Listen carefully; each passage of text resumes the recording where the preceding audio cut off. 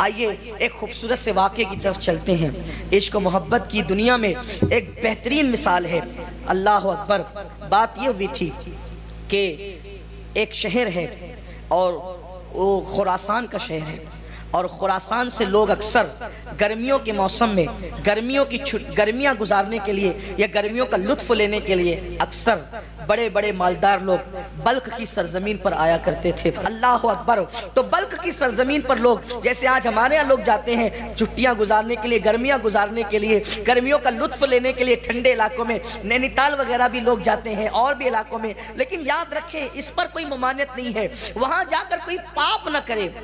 پاپ کرنے پہ ممانعت ہے، ناجائز کام کرنے پہ ممانعت ہے۔ ہوا یوں ہی کہ گرمیوں کا پورا لطف لے کر خراسان والے بلخ سے نکل گئے، لیکن ایک مزدور تھا، اس کو بلخ کی ہوا راس آ گئی اور اس نے یہ فیصلہ کر لیا اب خراسان جانے سے کیا فائدہ، میں نے تو اپنی زندگی کا بقیہ حصہ بلخ کی سرزمین پہ گزارنا ہے۔ اور پھر اس مزدور نے یہ فیصلہ کیا، بادشاہ کا بہت بڑا خوبصورت محل ہے اور اس محل کے قریب میں ایک خوبصورت باغ ہے، اور اس باغ کے قریب وہ مزدور اپنی چھوٹی سی کٹیا بنا لیتا ہے، اور چھوٹی سی کٹیا بنانے کے بعد دن بھر مزدوری کرتا ہے، شام کو آ کر اپنی کٹیا میں بیٹھ کر بادشاہ کا محل دیکھتا ہے، کبھی اس کے باغ دیکھتا ہے۔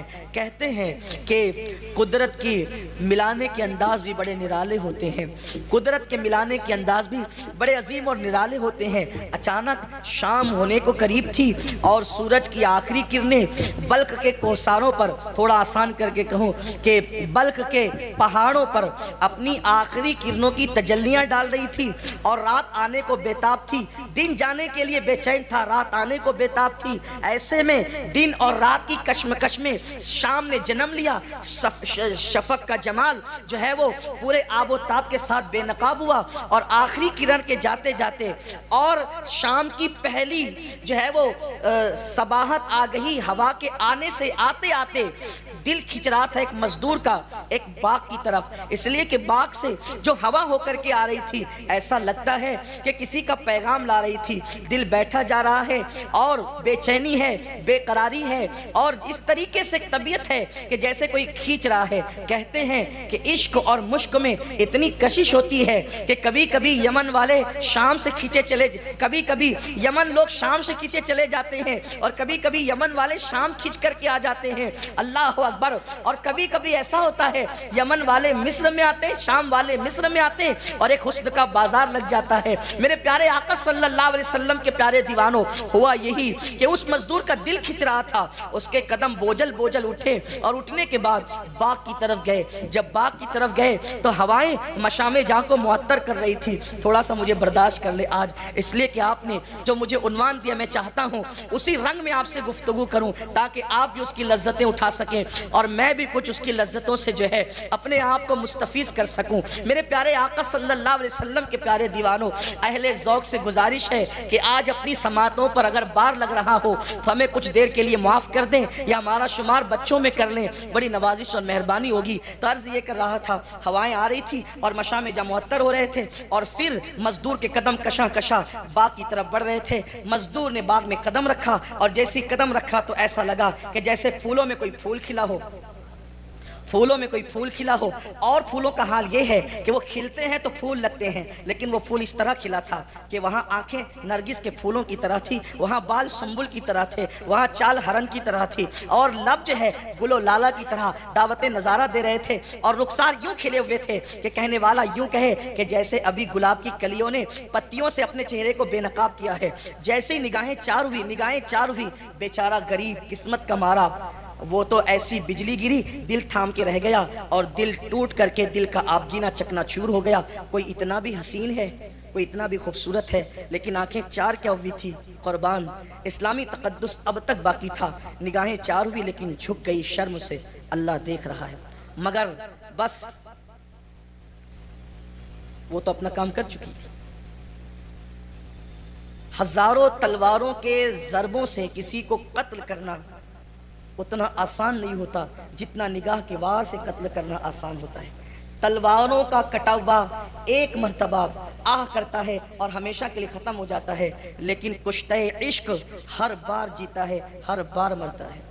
تلواروں سے کٹنے والا کفن میں سکون کی نیند سو جاتا ہے، لیکن نگاہوں کا قتیل جو ہوتا ہے وہ ہر لمحہ جیتا ہے، ہر لمحہ مرتا ہے، ہر لمحہ آئے بھرتا ہے، نہ نیند نینا، نہ انگ چینا، نہ آپ آئے، نہ بھیجی بتیا۔ اللہ اکبر۔ آنکھیں چار کیا ہوئی، دل ہار بیٹھا، اور پھر دل کا آپ گینا چکنا چور ہوا، بجلی سی گری، اور گرنے کے بعد شہزادی تھی بلخ کی، اور کنیزوں کے جھرمٹ میں تھی وہ، جس کو تھوڑی دیر پہلے میں نے ابھی پھول کہا، نرگس کہا، اور اس کے بالوں کو جو ہے وہ سنبل سے تشبیہ دی، اس کے چلنے کو ہرن کہہ دیا۔ ہو سکتا ہے کسی کو مبالغہ لگے، لیکن بات یہی ہے کہ وہ شہزادی واقعی تھی بھی اتنی خوبصورت، اور حسن کی ملکہ تھی وہ۔ آج کل کسی کو حسن کی ملکہ کہنا آسان ہے، لیکن کسی کا حسن کی ملکہ بن جانا بہت مشکل ہے۔ کیا تھا بیچارہ مزدور، دل پکڑ کے رہ گیا۔ یوں ہی تو وہ سب کچھ کھو چکا تھا، لیکن کسی کے دیدار نے تو اس کا سب کچھ لوٹ لیا۔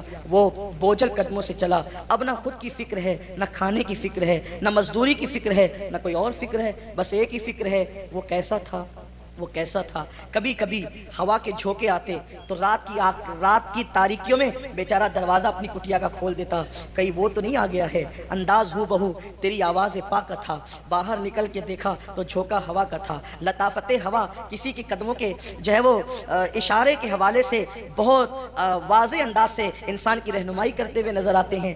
ایسا ہی تھا وہ، کبھی ہواؤں سے باتیں کرتا، کبھی فضاؤں سے باتیں کرتا۔ حالانکہ وہ مزدور تھا، لیکن تھا اتنا خوبصورت کہ کوئی شہزادہ بھی اس کے سامنے کھڑا کر دیا جائے تو شہزادے کے حسن کو بھی اس مزدور کا حسن مات دے سکتا ہے۔ اس لیے کہ خوبصورت بچے کوئی ضروری نہیں ہے کہ بادشاہوں کے گھر میں ہی پیدا ہو، مالداروں کے گھر میں ہی خوبصورت پیدا ہو، ایسا ضروری نہیں ہوتا۔ کبھی کبھی کسی غریب کی کٹیا میں بھی اتنا خوبصورت لال پیدا ہوتا ہے کہ کسی کے تاج محل کے اندر بھی ایسا پیدا ہونا جو ہے وہ ممکن نظر نہیں آتا۔ تو اللہ کی عطا ہے، اللہ کی تقسیم ہے، اللہ جس کو جب چاہتا ہے، جو چاہتا ہے، جیسے چاہتا ہے عطا کرتا ہے، اس کو دینے کے انداز آتے ہیں۔ وہ مزدور تھا لیکن خوبصورت تھا، حسین تھا، جمیل تھا۔ اگر وہ حسن کی ملکہ تھی تو یہ بھی حسن کا تاجدار تھا۔ اگر وہاں چلنے میں ہرن کی ادائیں تھی تو یہاں بھی چلنے میں جو ہے باز کی بے باکیاں تھی۔ اگر وہاں آنکھوں میں نرگسی پن تھا تو یہاں بھی آنکھوں کے اندر مستانہ جو ہے وہ مستیاں جھلکتی تھی۔ اگر وہاں پر جو ہے اللہ اکبر رخسار گل لالا کی طرح کھلے ہوئے تھے تو یہاں بھی رخسار شفق سے کم نہیں تھے۔ حسن اللہ اکبر کم و بیش دونوں کا برابر تھا، فرق اتنا تھا کہ وہ محل کی رہنے والی تھی اور یہ کٹیا کا ایک مزدور تھا اور ایک اجنبی مسافر تھا اس بلخ کے شہر کے اندر۔ پھر کیا ہوا، دن گزرتے گئے، رات ہوتی گئی، نہ کھانے کی فکر، نہ پینے کی فکر۔ کسی عاشق کے زار سے جا کر کے پوچھو جب واقعی عشق ہوتا ہے تو کیفیت کیا ہوتی ہے۔ کبھی ہم بھی وہ لمحے مانگتے ہیں، اللہ ہمیں وہ لمحے عطا کر کہ تو اپنے محبوب کا عشق ہمیں دے دے، کہ میرے دل کو درد الفت وہ سکون دے الہی، میری بے قراریوں کو نہ کبھی قرار آئے، جو جنا بنائے بن کو، جو چمن بنائے بن کو، جو جنا کرے چمن کو، میرے باغ میں الہی کبھی وہ بہار آئے۔ پھر کیا تھا، کچھ دن اسی طرح گزرے، دیوانگی میں، مستانگی میں، کبھی ہواؤں سے باتیں کرنا، کبھی دیواروں سے باتیں کرنا، کبھی فضاؤں سے باتیں کرنا، کبھی مصلح بچھا کر کے گڑ گڑاتے رہنا، اللہ اکبر۔ مگر کوئی ثابت نہیں کر سکتا تاریخ میں کہ اس ملاقات کے بعد پھر اس کی گلی کا کوئی چکر لگایا ہو، کوئی ثابت نہیں کر سکتا اس ملاقات کے بعد اس لڑکی سے کوئی رابطہ کیا ہو۔ یہ پاکیزگی ہے اسلام کے اندر کہ اگر نظریں چار ہو گئی، دل ہار بیٹھا تو اب خدا سے مانگ رہا ہے، کوششیں کر رہا ہے، نکاح کے لیے پلان کر رہا ہے۔ یہ انداز نہیں ہے بیہودہ جو لوگ کرتے ہیں، جو لوگ جس میں ڈوبے ہوئے نفسانی، یہ نہیں ہے کتوں کی طرح نکل گئے تکنے کے لیے، بلی کی طرح نکل گئے، جب بلی چھچڑے کو تکتی ہے نا ایسے نکل گئے۔ یہ انداز نہیں ہے، یہ گندا پن اور کمینہ پن اسلام میں نہیں ہے۔ اسلام میں ہر چیز کے آداب اور اصول ہیں۔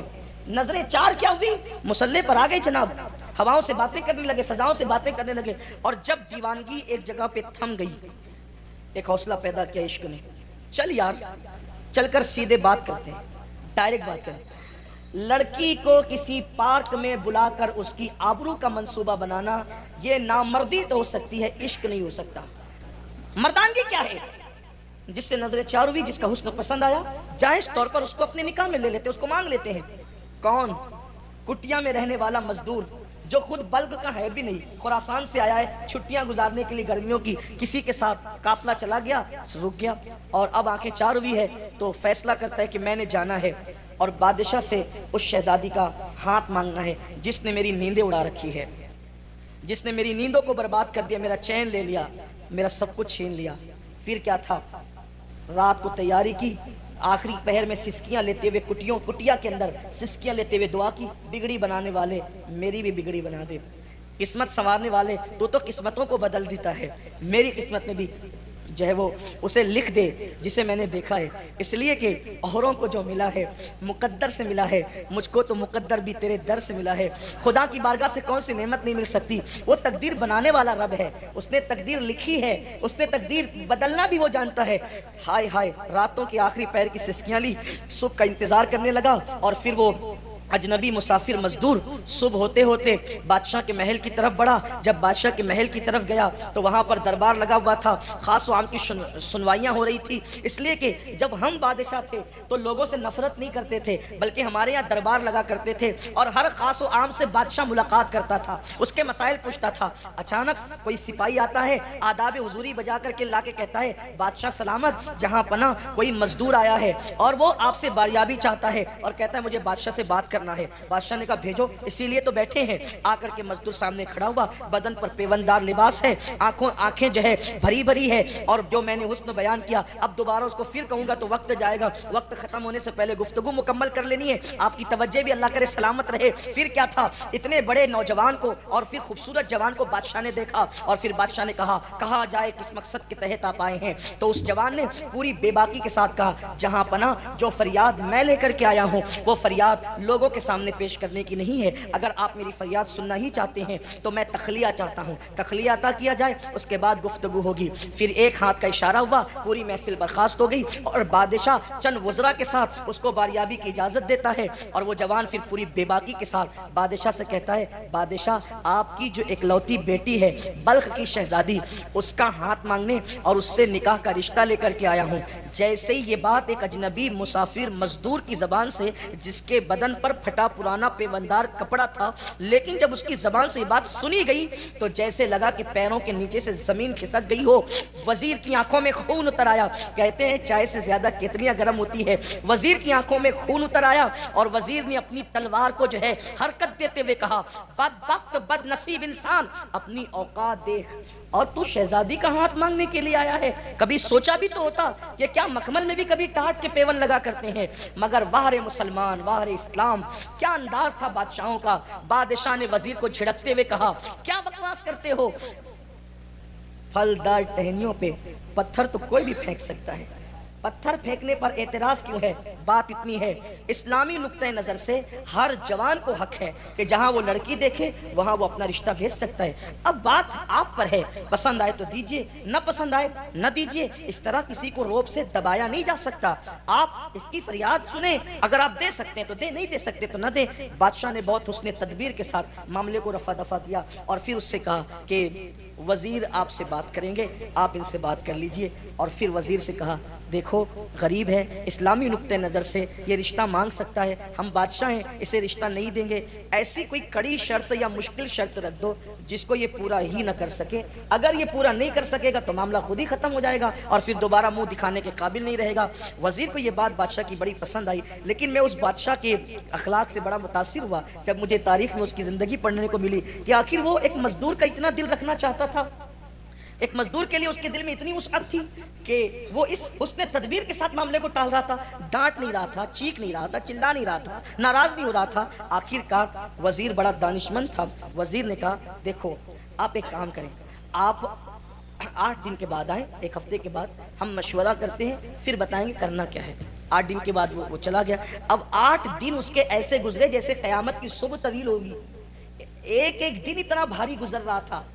خدا خدا کر کے 8 دن گزرے، اور وہ امید کے ساتھ جب واپس آیا تو وزیر نے کہا، جن بادشاہ اور شہزادوں کے رشتے بلخ کی شہزادی کو آئے ہیں ان میں آپ کا نام بھی شامل کر لیا گیا ہے، آپ کو بھی اس میں شامل کر لیا گیا ہے، لیکن بادشاہ کی طرف سے شرط یہ ہے کہ بادشاہ کی اکلوتی بیٹی کو اسی کے نکاح میں دیا جائے گا جو بادشاہ کی بیٹی کے لیے، اس کے ہار کے لیے کالا ہیرا لائے گا، اپنی زبان میں بلیک ڈائمنڈ لائے گا، اسی کے ساتھ اس کا رشتہ کیا جائے گا۔ کیا آپ لا سکتے ہیں؟ بھئی سفید ڈائمنڈ لانا، سفید ہیرا لانا بھی اس مزدور کے بس کا نہیں تھا نا، اس مزدور کے بس کا نہیں تھا، لیکن وہ اگر واقعی بادشاہ ہوتا بھی، بادشاہ بھی اگر وہ ہوتا تو بلیک ڈائمنڈ اس کے بس کی بات نہیں تھی۔ یہ اور بات ہے، ہند والوں کے مقدر عروج پر ہیں،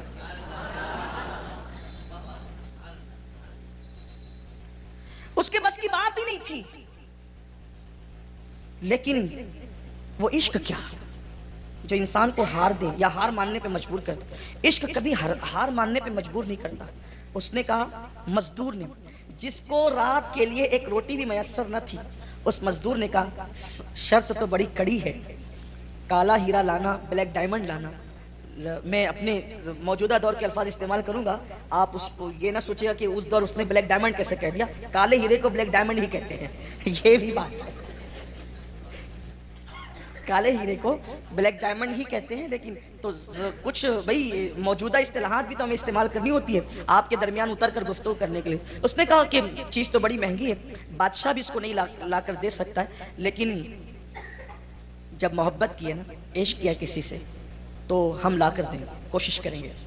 اور میں سب سے نا امید ہو سکتا ہوں، لیکن اپنے رب سے نا امید نہیں ہوں۔ میرا اللہ میری ضرور مدد کرے گا، کیونکہ میری محبتوں میں پاکیزگی ہے، میری محبتوں میں اخلاص ہے، میری محبتوں میں بناوٹ نہیں ہے، میری محبتوں میں خلوص ہے، میں ضرور لاؤں گا۔ اور اس کے بعد گیا، گھر لوٹا، بھیگی بھیگی رات تھی، بلک کی بھیگی بھیگی رات تھی، رات کا آخری پہر تھا، شبنم گر رہی تھی۔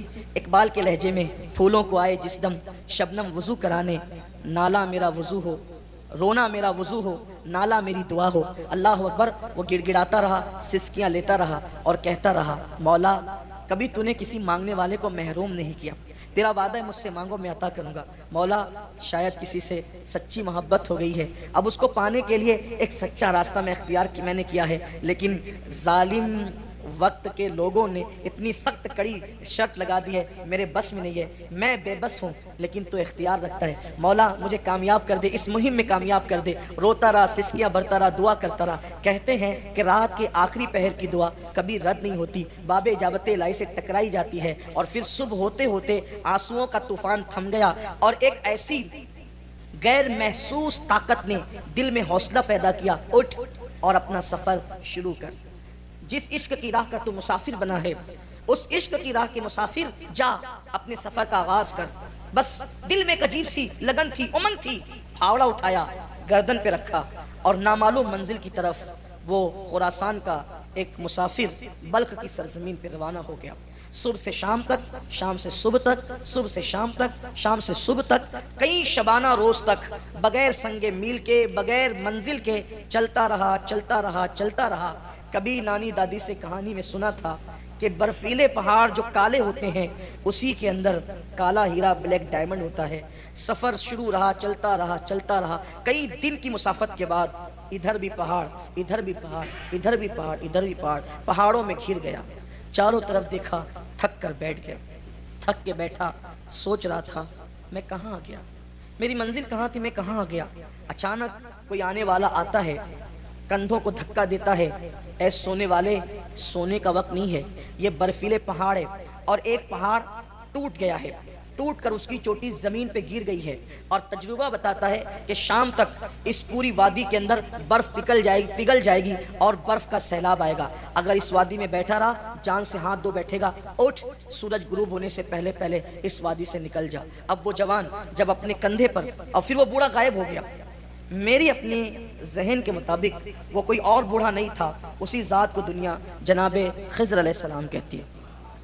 چلنے والا چلا، دیکھا کہ سارے راستے مسدود، جس راستے سے آیا تھا اس میں چوٹی پہاڑ کی گر کے پڑی ہے، اب وہ اس کو توڑ رہا ہے، وہ ٹوٹتی نہیں۔ آخرکار اس جوان نے پوری طاقت لگا کر زوردار وار کیا، کس لیے؟ نکلنے کے لیے۔ تو جب زوردار وار کیا، وہ ٹکڑے ٹکڑے ہوئی اور آنکھیں چکا چوند ہو گئی، خیرہ ہو گئی، اس لیے کہ اسی کے ٹوٹنے کے بعد اس کے اندر سے کالا ہیرا نمودار ہوا۔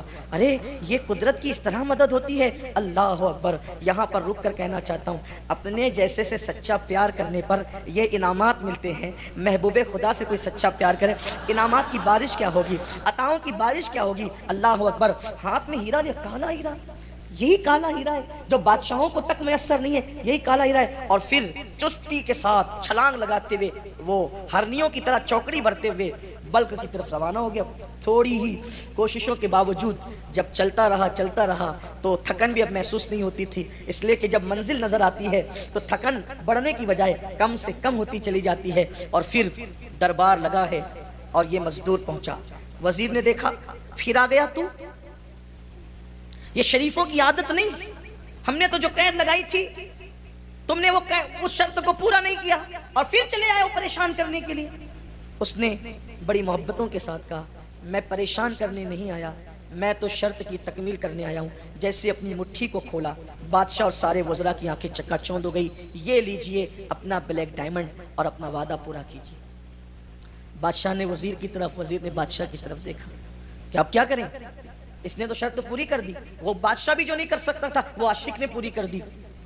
وزیر ہوشیار تھا، آنکھوں میں باتیں ہو گئی، پیغام دیا ہے، کبھی پیغام لیا ہے، نظروں سے محبت میں بڑے کام لیا ہے، آنکھوں میں باتیں ہو گئی۔ اور جب باتیں ہو گئی تو وزیر نے کہا ارے اصل بات یہ تو ہمارا مطالبہ تھا، شہزادی دراصل کان کی بالیوں میں سفید موتیاں پہننا بہت پسند کرتی ہے، ایک آخری شرط ہے اور قطعی ہے، اس کے بعد کوئی شرط نہیں ہوتی، آخری شرط ہے 2 موتی بالیوں کے لیے لے آؤ شہزادی کے لیے، بس رشتہ ہو جائے گا۔ ایک مزدور کے لیے کیا کم تھا؟ پھر دل پکڑ لیا، وائے رے ناکامی، ہائے رے ناکامی، اب کیا کروں؟ لیکن پھر عشق نے کہا ہارنا مت، ہمت مت ہارنا، اٹھ چل آگے بڑھ۔ جیسے کوہساروں میں، پہاڑوں میں اللہ نے بلیک ڈائمنڈ تجھے دے دیا، کالا ہیرا دے دیا، موتی کا انتظام بھی قدرت کر دے گی۔ پھر نکلا، گھر پہنچا، دعا کی، پھر چلا، خوب لمبا سفر کیا، سمندر کے کنارے پہ پہنچا۔ کہتے ہیں کہ سمندر کے اندر صدف ہوتی ہے اور صدف کے اندر موتی ہوتا ہے، لیکن تیراکی جانتا نہیں تھا، عشق والا تھا۔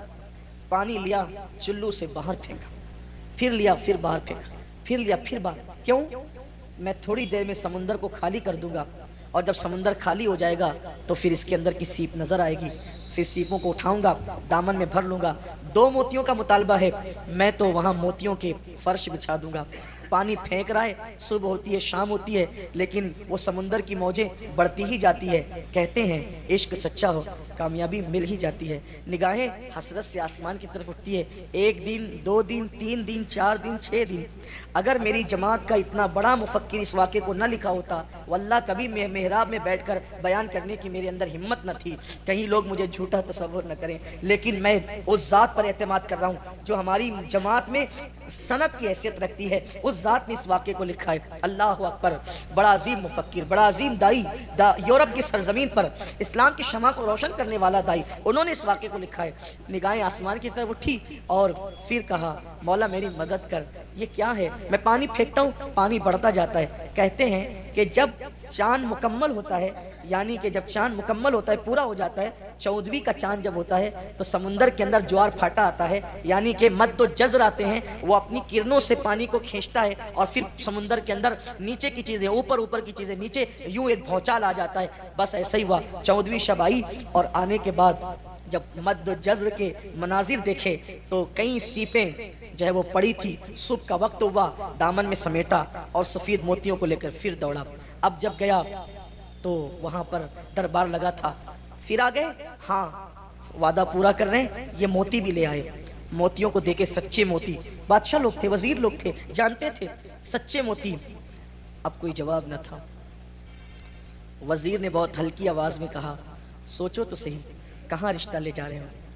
آپ نے شرطیں تو پوری کر دی ہے، لیکن تھوڑا بادشاہ کا خیال تو کرو۔ ابھی کچھ باتیں ہو ہی رہی تھی، اچانک ایک کنیز دوڑی دوڑی آئی اور اس نے کہا شہزادی اچانک گری، بے ہوش ہو گئی ہے، اس کی نبضیں جو ہے وہ تھمتی جا رہی ہے، اس کی سانسیں رکتی جا رہی ہے۔ پوری محفل اٹھی شہزادی کی طرف، وائے رے ناکامی، ہائے رے ناکامی۔ شرطیں تو پوری ہو گئی، بلیک ڈائمنڈ بھی پیش کر دیا گیا، سفید موتی بھی دے دیے گئے، لیکن جس کے لیے گئے تھے اسی کا انتقال ہو گیا اور وہ شہزادی دنیا سے کوچ کر گئی۔ سب کہہ رہے تھے شہزادی مر گئی مر گئی مر گئی، لیکن مزدور کہہ رہا تھا میری شہزادی نہیں مر سکتی، میری محبت نہیں مر سکتی، میرا پیار نہیں مر سکتا۔ پھر کیا تھا، پورا بلخ سوگواری میں ڈوب گیا، شہزادی کو غسل دیا گیا، غسل دینے کے بعد کفن پہنایا گیا، اور پھر بادشاہ کی بیٹی تھی، ہزاروں کے لاکھوں کے ہجوم میں جنازہ اٹھا، یہ بھی سر جھکائے جھکائے مزدور چل پڑا۔ پھر کیا تھا، نماز جنازہ ہوئی اور لاکھوں لوگوں نے ڈبڈباتی ہوئی آنکھوں سے شہزادی کو شاہی قبرستان میں دفن کر دیا۔ لوگ اپنے اپنے گھروں کو چل پڑے اور پھر رات نے اپنی سیاہ چادر بلخ کی سرزمین پہ تان دی۔ لوگ غموں میں ڈوبے بستروں پہ لیٹ گئے۔ کہتے ہیں کہ رات کا آخری پہر تھا، رات کی سیاہ زلفیں تھوڑا کمر سے نیچے آ کر ڈھلک گئی تھی۔ ایسے وقت میں وہ اپنی کٹیا سے نکلا اور نکلنے کے بعد کون؟ کندھے پہ کدال رکھ کر مزدور نکلا، اور نکلنے کے بعد جس نے کالا ہیرا اور سفید موتی لائے تھے، یعنی دریا اور کوہساروں کو جس نے مسخر کر دیا تھا، وہ آج اپنی موت کو گلے لگاتے ہوئے بہت بڑا خطرہ مول لے رہا تھا۔ یہ وہ پہنچا شاہی قبرستان میں، تازہ ترین قبر دیکھی، یہی شہزادی کی قبر تھی۔ پہلے گھٹنے ٹیک کر جو ہے وہ شہزادی کی قبر کی مٹی کو بوسے دیے اور اس کے بعد جلدی جلدی سے مٹی ہٹائی۔ تازہ قبر تھی، جلدی سے مٹی ہٹ گئی، تختے نظر آئے، تختے ہٹائے، جیسے ہی کفن دکھا بے چین ہو گیا، بے قابو ہو گیا، نیچے قبر میں اترا اور شہزادی کو کندھے پہ ڈالا، مٹی برابر کی، گھر کی طرف روانہ ہو گیا۔ شہزادی کو لے جا کر کے اپنے گھر کی کٹیا میں ڈال دیا اور ڈالنے کے بعد آسمان کی طرف دیکھ کر رونے لگا گھٹنوں کو ٹیک کر۔ جب بوڑھی زلیخا جوان ہو سکتی ہے، ڈوبا ہوا سورج پلٹ آ سکتا ہے، مردہ سے زندہ، زندہ سے مردہ پیدا ہو سکتا ہے، مومن سے کافر، کافر سے مومن پیدا ہو سکتا ہے۔ اے وحدہ لا شریک، تو وہی تو ہے، تو کسی سے پیدا نہیں، تجھ سے کوئی پیدا نہیں ہوا، لم یلد ولم یولد تیری شان ہے۔ روزانہ نسیم سحر تو چلاتا ہے، روزانہ کلیوں کو کھلنے کا شعور تو دیتا ہے، روزانہ جو ہے وہ صبح کا اجالا تیرے حکم سے تڑکتا ہے، روزانہ رات کی سیاہی تیرے حکم سے آتی ہے۔ ہاں ہاں، پتیاں ہر بہاروں میں جو ہے وہ درختوں پر اگتی ہے، پتھروں کے اندر پھول پیدا ہوتے ہیں، دریاؤں کو روانی تو نے دی ہے، سمندر کو طغیانی تو نے دی ہے، ستاروں کی انجمن تو نے سجائی ہے، سریا کو تو نے سجایا ہے۔ روزانہ چاند نکلتا ہے، گھٹتا ہے، گھٹتا ہے، گھٹتا ہے، گھٹ جاتا ہے، پھر نکلتا ہے، بڑھتا ہے، بڑھتا ہے، بڑھ جاتا ہے اور بدر کامل ہو جاتا ہے۔ اے وہ جو سورج کو نکالتا ہے تو عروج پہ پہنچا کر پھر زوال پذیر کر دیتا ہے۔ تیرے آخری محبوب کا واسطہ اور تجھے تیری محبتوں کا واسطہ، ہم نے بھی کسی سے محبت کی، لاج رکھ لے، اس مردہ شہزادی کے اندر پھر سے جان پیدا کر دے، اس لیے کہ مردوں میں جان پیدا کرنا تیرا ہی کام ہے، تو ہی مردوں میں جان پیدا کرتا ہے۔ میرے اللہ، اگر آج اس شہزادی میں تو نے جان پیدا کر دی، مجھے نئی زندگی ملے گی، اسے نئی زندگی ملنے کی وجہ سے۔ کہتے ہیں لکھنے والا مفکر لکھتا ہے، اچانک دروازے پہ دستک ہوئی، دروازہ کیا کھلا، ایک نامعلوم طبیب حکیم گھر میں اپنے ملازم اور مزدور کے ساتھ داخل ہوا، سر پہ ٹوکرا تھا، اس میں دوائیاں تھی، اور پھر اس کے بعد اس نے آ کر سیدھا شہزادی کا ہاتھ پکڑا، نبض دیکھی اور کہا، اے اجنبی مزدور، وقت کو ضائع نہ کر، شہزادی مردہ نہیں ہے، یہ تو ابھی اس کی سانسیں ہلکی ہلکی چل رہی ہے، میرے پاس ایک دوا ہے، اسے جلدی سے تلوے میں مل۔ اور پھر مزدور کے ہاتھ میں مزدور کے ہاتھ میں وہ دوا دیا، مزدور نے جلدی جلدی سے تلووں پر ملا، اور ملنے کے بعد اس حکیم اور طبیب کی نگاہیں چراغ کی روشنی میں شہزادی کے چہرے پہ ٹک گئی۔ کیا دیکھا گیا، اچانک شہزادی حرکت کرنے لگی، اور اس کے بعد دوسری دوا نکال کے طبیب نے ناک میں ڈالی، شہزادی کو چھینک آئی اور شہزادی اٹھ کر بیٹھ گئی، نگاہیں آسمان کی طرف اٹھی، آنکھیں ڈبڈبا گئی۔ تیرا شکر ہے کہ تو نے مردے کے اندر میری محبتوں کی وجہ سے نئی جان پیدا کر دی ہے۔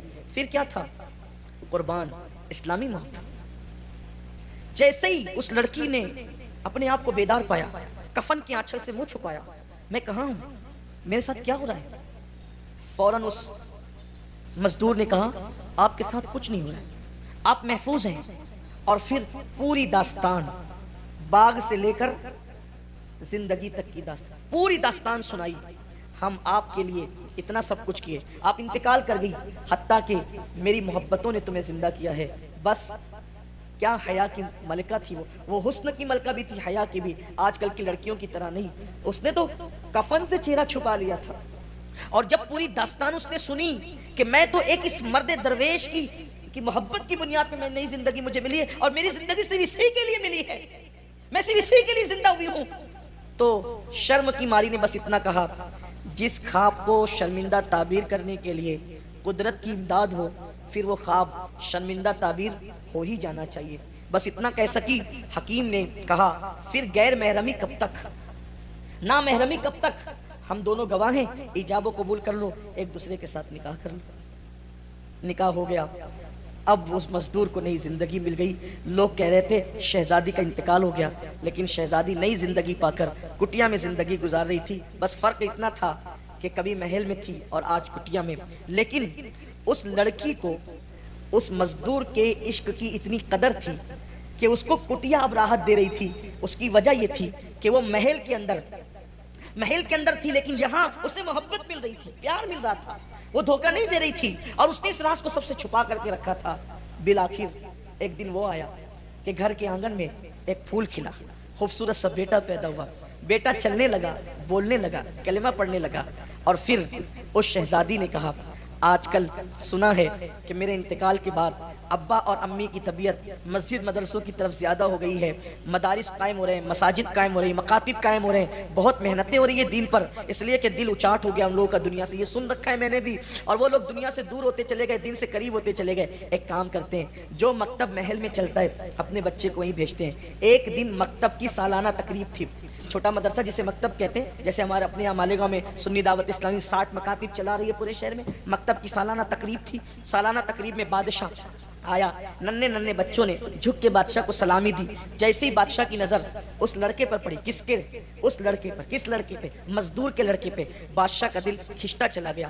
یہ کوئی مانوس جانا پہچانا چہرہ لگتا ہے، یہ چہرہ جانا پہچانا ہے، یہ چہرے سے انسیت ہے، یہ چہرے میں اپنائیت ہے، یہ چہرے سے خون جوش کھاتا ہے. کون ہے یہ؟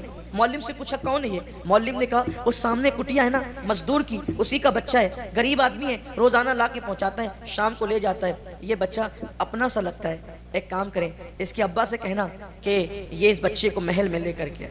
شام کو ابا آئے تو کہا کہ بادشاہ کا حکم ہے، حکم حاکم ہے کہ تم اپنا بچہ محل میں لے کر جاؤ. انہوں نے کہا بہت اچھا. گھر لایا، بیوی سے مشورہ کیا، کیا ہوگا، کیسے ہوگا؟ ایسا لگتا ہے اب پوشیدہ راز سب اوپن ہو جائیں گے، کیسے ہو سکتا ہے، کیا ہوگا؟ بہرحال شہزادی نے کہا کوئی فکر نہ کریں، ٹھیک ہے. اور وہ بچہ یوں ہی کوئی پہلے کم خوبصورت نہیں تھا، محل میں بھیجنے کے لیے شہزادی تھی. اس بچے کو شہزادوں کی طرح سجایا، باپ کے ساتھ انگلی پکڑائی، روانہ کیا. جیسے ہی محل میں پہنچا یہ بچہ، خوبصورت سے بچے کو بادشاہ نے اپنی گود میں اٹھایا.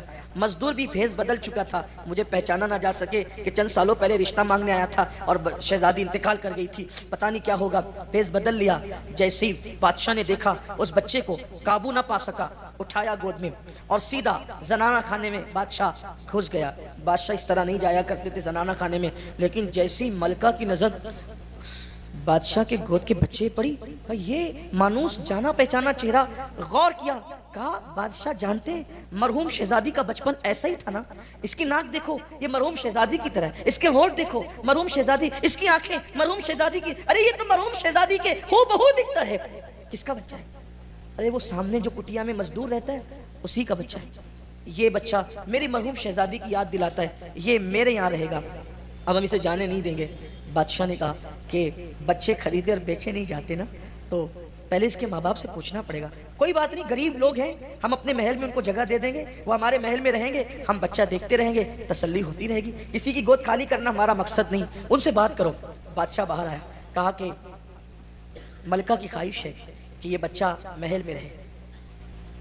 مزدور نے جواب دیا بچے بیچنے کے لیے نہیں ہوتے. دیکھا قدرت کے انداز. کل یہ کھڑے تھے کسی بچی کو مانگنے کے لیے اور آج وہ کھڑے ان کے بچے کو مانگنے کے لیے. اسی کو دنیا کہتے ہیں، کما تدین تدان، اسی کو دنیا کہتے ہیں. بچے بیچنے کے لیے نہیں ہوتے. پھر ہم اپنی بیوی سے مشورہ کریں، یہ بچہ میرا اس کا مشترکہ بچہ ہے، ہم اپنی بیوی سے مشورہ کریں گے، بیوی جو کہے گی اس پہ عمل کریں گے. اچھا ایک کام کریں، آپ کی بیوی کو منانے کے لیے ہماری ملکہ آپ کی کٹیا میں آ جائے گی. آپ کی بیوی کو منانے کے لیے ہماری ملکہ آپ کی کٹیا میں آ جائے گی، وہ منا لے گی، منانا جانتی ہے وہ میری ملکہ، منانا جانتی ہے، منا لے گی. آپ یہاں کے رہنا، عیش میں رہو گے. اچھا ٹھیک ہے. چلا گیا بچے کو لے کر. ابھی یہ گھر پہنچا تھا، ادھر ملکہ نے کہا ڈولیاں تیار کی جائے. پورے کر و فر کے ساتھ سفر کرنے والی ملکاؤں نے فوراً کہا خواجہ سراؤں سے محل سے لے کر کٹیا تک کے قطار لگا دو اور ہمیں وہاں جلدی سے جلدی پہنچا دو. ڈولیاں اٹھی، لوگ کہنے لگے اچانک ملکہ کدھر جا رہی ہے؟ کسی نے کہا وہ مزدور کی کٹیا میں جا رہی ہے. کہا رے تعجب ہے مزدور کی کٹیا میں؟ کہا ہاں کوئی تعجب نہ کرو، جب سے شہزادی کا انتقال ہوا ہے ان لوگوں کو غریبوں سے پیار ہو گیا، کٹیا میں جانے لگے، نیک ہو گئے، پرہیزگار ہو گئے، جا رہے ہوں گے کسی کٹیا میں دعا لینے کے لیے، کیوں تعجب کرتے ہو؟ بہرحال خواجہ سرا آگے بڑھتا ہے اور اس کے بعد مزدور کے گھر پہ دستک دیتا ہے. دروازہ کھولو. ملکہ تشریف لا رہی ہیں، آپ کی بیوی سے ملنے کے لیے تخلیہ کا موقع دو۔ جیسے ہی دروازہ کھولا گیا، سنا گیا، دوڑتے ہوئے مزدور نے کہا ملکہ آ رہی ہے، اب تو سارے راز کھل جائیں گے، اب تو شاید قدرت پہ ہی منظور ہے۔ اور پھر ملکہ آ گئی، جیسے ہی نظر پڑی پلک جھپک گئی، میں کوئی خواب تو نہیں دیکھ رہی ہوں؟ غور سے آنکھیں پھاڑ پھاڑ کے، شہزادی شہزادی شہزادی شہزادی ہو تم تو مر چکی تھی۔ لیکن دوسری طرف بھی جذبات کا تلاطم تھا، قابو نہ پا سکی۔ 4 سے 5 سال کے بعد جس بیٹی کو 5 سال پہلے مردہ سمجھ کے دفن کر دیا تھا، وہ زندہ کسی کٹیا میں زندگی گزار رہی تھی، کسی کو پتہ ہی نہیں تھا۔ ماں بیٹی لپٹ لپٹ کر خوب روئے، اور جب رو چکے، جب جذبات کا تلاطم تھما، بیٹی تم یہاں، شہزادی نے پوری داستان سنائی کہ یہاں آنے کا انداز کیا تھا، کیوں آئے تھے، کیسے آئے تھے، کسی کی محبت اور عشق نے نئی زندگی دی اور یہاں آئے اور اب زندگی گزار رہے ہیں۔ یہ بات جنگل کی آگ کی طرح پورے بلخ میں پھیل گئی۔ جسے دفن کر دیا تھا اسے کسی کی پاکیزہ محبت نے نئی زندگی دے دی، اور پھر اس کے بعد فیصلہ ہوا کہ اب جسے مزدور کہہ رہے تھے وہ مزدور نہیں ہے، بلکہ وہ تو بادشاہ کا داماد ہے، اور وہ کٹیا میں رہنے والی لڑکی وہ کوئی غریب کی بیوی نہیں ہے، وہ شہزادی ہے بلخ کی۔ اس کے بعد اعلان ہو گیا اب کٹیا میں نہیں رہ سکیں گے، محل میں چلو۔ اور اس کے بعد کٹیا سے لے کر محل تک سپاہ کی قطار تھی۔ جو وزیر کل تک ڈانٹتے تھے وہ وزیر آج ہاتھ باندھ کر کے کھڑے تھے۔ محبتوں کو سلام ہے، پاکیزہ محبتوں کو،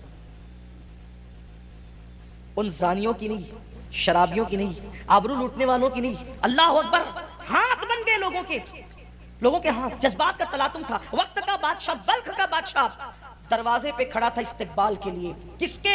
اس مزدور کے جو چند سال پہلے مزدور کہہ کے پکارا جا رہا تھا۔ اور اس کے بعد ایک گوگا تھا، شور تھا، دل رکھنے کو جگہ نہیں تھی، پورے بلخ کے اندر ایک شور تھا، ہنگامہ تھا۔ کیا ہوا کیا ہوا کیا ہوا؟ آخرکار پورے کر و فر کے ساتھ جب وہ مزدور اپنے بچے اور بیوی کے ساتھ محل میں داخل ہوتا ہے، اور داخل ہونے کے بعد لوگ کہتے ہیں تم نے محبت کا حق ادا کیا، لیکن اس کی نگاہیں جھکتی ہے۔ اور اس کے بعد لوگ کہتے ہیں تم اب مزدور نہیں ہو، تم ولی عہد ہو، بلخ کے بادشاہ تم ہی ہو، بلخ کے بادشاہ تم ہی ہو، تخت تو تمہارے لیے، تاج تمہارے لیے۔ یہی احساس اس جوان کو ساری زندگی ستاتا رہا۔ ایک لڑکی سے خلوص دل کے ساتھ پاکیزہ محبت کی، مزدور سے بادشاہ بن گیا۔ اگر یہ محبت میں نے مدینے کے تاجدار کے ساتھ کی ہوتی تو مجھے کیا مقام نصیب ہو جاتے۔